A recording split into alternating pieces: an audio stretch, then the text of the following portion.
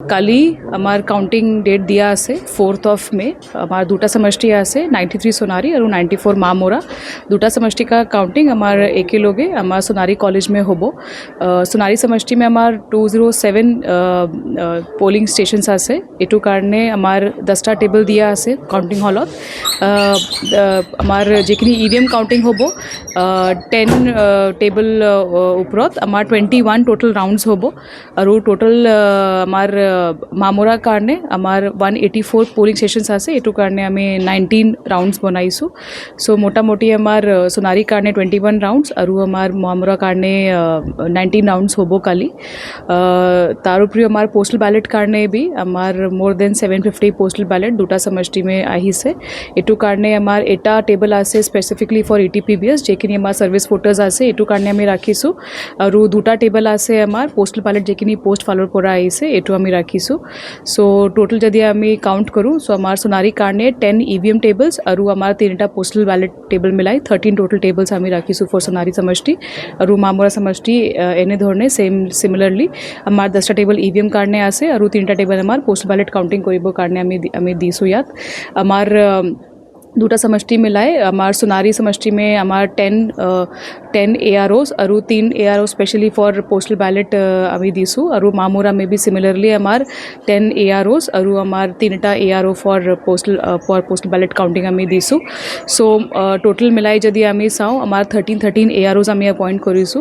তার উপরে অলরেডি আমার দুটা ARO मतलब 1 ARO for Sonari 1 ARO for Mamora already prior के डेजिग्नेटेड আছে। They will be in the rooms. আমার দুটা অবজারভার সোনারি সমষ্টি কারণে আর মামোরা কারণে বেলেগ বেলেগ অবজারভার ইসিআই ফালোর পর অলরেডি রিপোর্ট করিছে। আমার কাউন্টিং হল অলমোস্ট রেডি হয়ে গেছে। We are ready with the structures. তার উপরেও আমার যেখিনি সিকিউরিটি অ্যাঙ্গেলস যদি আমি চাও আমার 3 লেয়ার্স কর্ডনিং হব।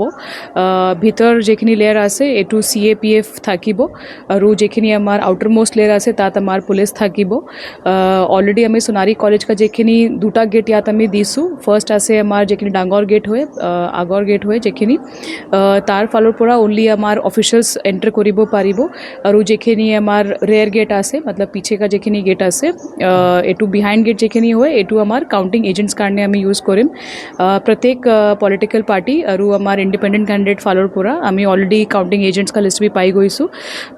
একটা আমি স্পেসিফিকলি আপনার জানাব বিচাৰিছো কি ইসিআই ফালোর পরা কালি আমার নতুন কি ইনস্ট্রাকশন দিছে আগতে আমার আইডি কার্ড যেখিনি ডিও ইস্যু করে আরও ইস্যু করে এটু লৈ পেলাই মানুহ এন্টার করিব পাৰিছে আগতে।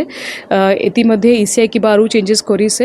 Firstly the whole process will be monitored through ECI net. এটু আমার যেখিনি অনলাইন অ্যাপ হয় যেখিনি ক্যান্ডিডেট হব এজেন্টস হব counting supervisors officials assistant ROs observers সকলো মানুহকো একটা QR coded ID card generate হব ইসিআই নেট ফালোর পরা আজি আমি জেনারেট কৰিছো বাই ৰাতিপুৱা ভিতৰত। বাই ৰাতি আমি সকলো আমাৰ যেখিনি এজেন্ট আছে সুপাৰভাইজাৰ্স আছে আমাৰ অফিসিয়ালস আছে সকলোকো আমি এটু QR coded ID card distribute কৰি দিম আৰু এটু লৈ পেলাই আমাৰ CAPF ইসিআই নেট में এটু স্ক্যান কৰি পেলাই মানুহকো ভিতৰত যাবৰ দিব। যদি মানুহ আপোনাৰ QR কোডেড আইডি কার্ড লৈ না আনে it will be a very difficult process for them. So ECI প্রত্যেক আপনার মুভমেন্ট চেক কৰিব আপনি কোনটো টাইমত ইন হৈছে কাউন্টিং হলত আৰু আপনি কোনটো টাইমত আউট হৈছে কাউন্টিং হলত। So ECI is keeping each and every minute control and ECI পুরা ইয়াত চকু দি আছে কি আমাৰ কাউন্টিং হলত কি চলি আছে কোনটো মানুহ এন্টাৰ কৰিছে কেতিয়া টাইমত এন্টাৰ কৰিছে কিবা যদি গণ্ডগোল হয় যদি কিবা ইস্যুজ হয় so it will be directly reported to ECI directly. So এনেকুৱা আমাৰ স্পেচিয়েল मतलब প্ৰভিজন যদি আমি চাওঁ এটা আইডি কাৰ্ড QR কোডেড আছে এইটো স্পেচিয়েল প্ৰবন্ধ ইসিআই কৰিছে। সিকিউৰিটি এংগল से वी आर 200% ৰেডি। অলৰেডি আমাৰ SP সাহেব লগত আমি কৰ্ডনিং যেখিনি কৰিব লাগে এইটো আমি দিছো। লাস্টলি আমার এটা রিকোয়েস্ট আছে অলরেডি আমার চিফ ইলেক্টোরাল অফিসার অলরেডি একটা প্রেস রিলিজ অলরেডি দি দিছে আৰু আমি भी আমাৰ ফালৰ পৰা ইনস্ট্রাকশন দিছো। ফার্স্টলি BNSS 163 এটু লাগু আছে মানুহ যেখিনি 100 মিটার্স ডায়ামিটার ভিতৰত থাকিব 5 से বেছি মানুহ থাকিব না পাৰিব। সো যেখিনি আমাৰ বাউন্ডাৰি আছে সোনাৰি কলেজ কা তাৰ ভিতৰত মানুহ সোমাব না পাৰিব ফার্স্ট ইনস্ট্রাকশন। সেকেন্ডলি অলরেডি কৈছে কি there will be restriction on the procession of any winning candidate. So already আমি একটা মিটিং কৰি পেলাই ক্যান্ডিডেট আৰু ক্যান্ডিডেট কা যেখিনি সাপোর্টার্স আছে এজেন্টস আছে সকলোকো জনাইছো যদি আপনি জিকিলে আপনি এটু আলোপ ভিক্টৰী মাৰ্চ এনেকুৱা কৰিব নাপাৰিব, আপুনি চাইলেণ্টলি চেলিব্ৰেট কৰিব পাৰে, বাট ডাঙৰ প্ৰচেশ্যন ইয়া ডাঙৰ কিবা celebration permission will not be given from the DC office. আৰু মই ভাবোঁ আমাৰ কেণ্ডিডেট আৰু ছাপৰ্টাৰ সকলো আমাৰ লগত কঅপাৰেট কৰিব।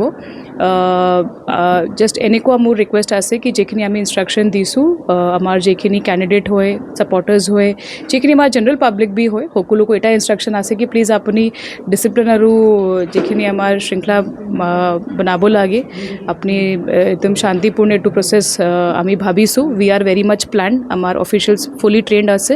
Just cooperation from the candidate agent আৰু যিখিনি ছাপৰ্টাৰ্ছ আছে সকলো যদি আমি পাই যাওঁ, আমি ভাবিছোঁ কালি আমি মোটামুটি বাই 5 or 6 আমি যিখিনি উইনিং কেণ্ডিডেট আমি ডিক্লেয়াৰ কৰিব পাৰিম, এনেকুৱা আমাৰ প্লেনিং আছে।